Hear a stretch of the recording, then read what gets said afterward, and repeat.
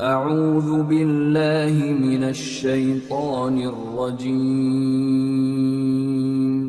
بسم اللہ الرحمن الرحیم شروع اللہ کا نام لے کر جو بڑا مہربان نہایت رحم والا ہے۔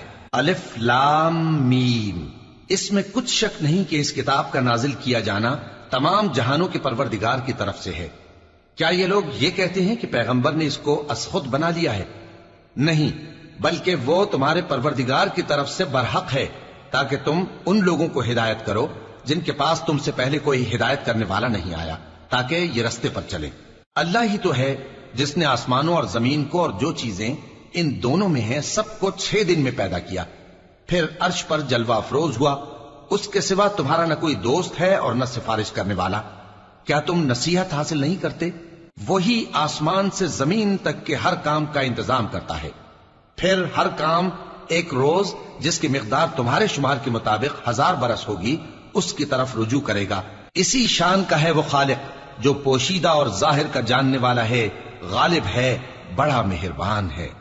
وہی جس نے ہر چیز کو بہت اچھی طرح بنایا، یعنی اس کو پیدا کیا اور انسان کی پیدائش کو مٹی سے شروع کیا، پھر اس کی نسل ایک قسم کے خلاصے سے یعنی حقیر پانی سے بنائی، پھر اس کو درست کیا، پھر اس میں اپنی طرف سے روح پھونکی اور تمہارے کان اور آنکھیں اور دل بنائے، مگر تم بہت کم شکر کرتے ہو۔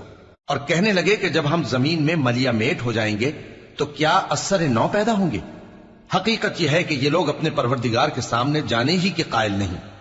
کہہ دو کہ موت کا فرشتہ جو تم پر مقرر کیا گیا ہے تمہاری روحیں قبض کر لیتا ہے، پھر تم اپنے پروردگار کی طرف لوٹائے جاؤ گے، اور تم تعجب کرو جب دیکھو کہ گناہگار اپنے پروردگار کے سامنے سر جھکائے ہوں گے اور کہیں گے کہ اے ہمارے پروردگار، ہم نے دیکھ لیا اور سن لیا، تو ہم کو دنیا میں واپس بھیج دے کہ نیک عمل کریں، بے شک ہم یقین کرنے والے ہیں۔ اور اگر ہم چاہتے تو ہر شخص کو ہدایت دے دیتے، لیکن میری طرف سے یہ بات قرار پا چکی ہے کہ میں دوزخ کو جنوں اور انسانوں سب سے بھر دوں گا، سو اب آگ کے مزے چکھو، اس لیے کہ تم نے اس دن کے آنے کو بھلا رکھا تھا۔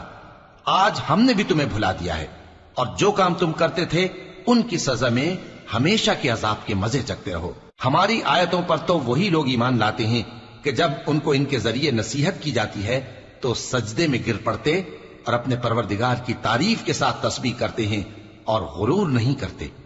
ان کے پہلو بچھونوں سے الگ رہتے ہیں، اس حال میں کہ وہ اپنے پروردگار کو خوف اور امید سے پکارتے اور جو کچھ ہم نے ان کو دیا ہے اس میں سے خرچ کرتے ہیں۔ سو کوئی شخص نہیں جانتا کہ ان کے لیے کیسی آنکھوں کی ٹھنڈک چھپا کر رکھی گئی ہے، یہ ان اعمال کا صلہ ہے جو وہ کرتے تھے۔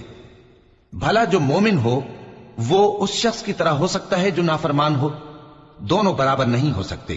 جو لوگ ایمان لائے اور نیک عمل کرتے رہے ان کے رہنے کے لیے باغ ہے، یہ مہمانی ان کاموں کی جزا ہے جو وہ کرتے تھے، اور جنہوں نے نافرمانی کی ان کے رہنے کے لیے دوزخ ہے، جب چاہیں گے کہ اس میں سے نکل جائیں تو اس میں لوٹا دیے جائیں گے، اور ان سے کہا جائے گا کہ جس دوزخ کے عذاب کو تم جھوٹ سمجھتے تھے اس کے مزے چکھو، اور ہم ان کو قیامت کے بڑے عذاب سے پہلے دنیا کے عذاب کا بھی مزہ چکھائیں گے، شاید وہ ہماری طرف لوٹ آئیں۔ اور اس شخص سے بڑھ کر ظالم کون جس کو اس کے پروردگار کی آیتوں سے نصیحت کی جائے تو وہ ان سے منہ پھیر لے۔ ہم گناہگاروں سے ضرور بدلہ لینے والے ہیں، اور ہم نے موسیٰ کو کتاب دی تو تم ان سے ملاقات ہونے سے متعلق شک میں نہ ہونا، اور ہم نے اس کتاب کو بنی اسرائیل کے لیے ذریعہ ہدایت بنایا تھا، اور ان میں سے ہم نے پیشوا بنائے تھے جو ہمارے حکم سے ہدایت کیا کرتے تھے، جبکہ وہ صبر بھی کرتے تھے اور وہ ہماری آیتوں پر یقین رکھتے تھے۔ بلا شبہ تمہارا پروردگار ہی ان میں جن باتوں میں وہ اختلاف کرتے تھے قیامت کے روز فیصلہ کر دے گا۔ کیا ان کو اس امر سے ہدایت نہ ہوئی کہ ہم نے ان سے پہلے بہت سی امتوں کو جن کے رہنے کے مقامات میں یہ لوگ چلتے پھرتے ہیں ہلاک کر دیا؟ بے شک اس میں نشانیاں ہیں، تو یہ سنتے کیوں نہیں؟ کیا انہوں نے نہیں دیکھا کہ ہم بنجر زمین کی طرف پانی رواں کرتے ہیں، پھر اس سے کھیتی پیدا کرتے ہیں جس میں سے ان کے چوپائے بھی کھاتے ہیں اور یہ خود بھی کھاتے ہیں؟ تو یہ دیکھتے کیوں نہیں؟ اور کہتے ہیں اگر تم سچے ہو تو یہ فیصلہ کب ہوگا؟ کہہ دو کہ فیصلے کے دن کافروں کو ان کا ایمان لانا کچھ بھی فائدہ نہ دے گا اور نہ ان کو مہلت دی جائے گی، تو ان سے منہ پھیر لو اور انتظار کرو، یہ بھی انتظار کر رہے ہیں۔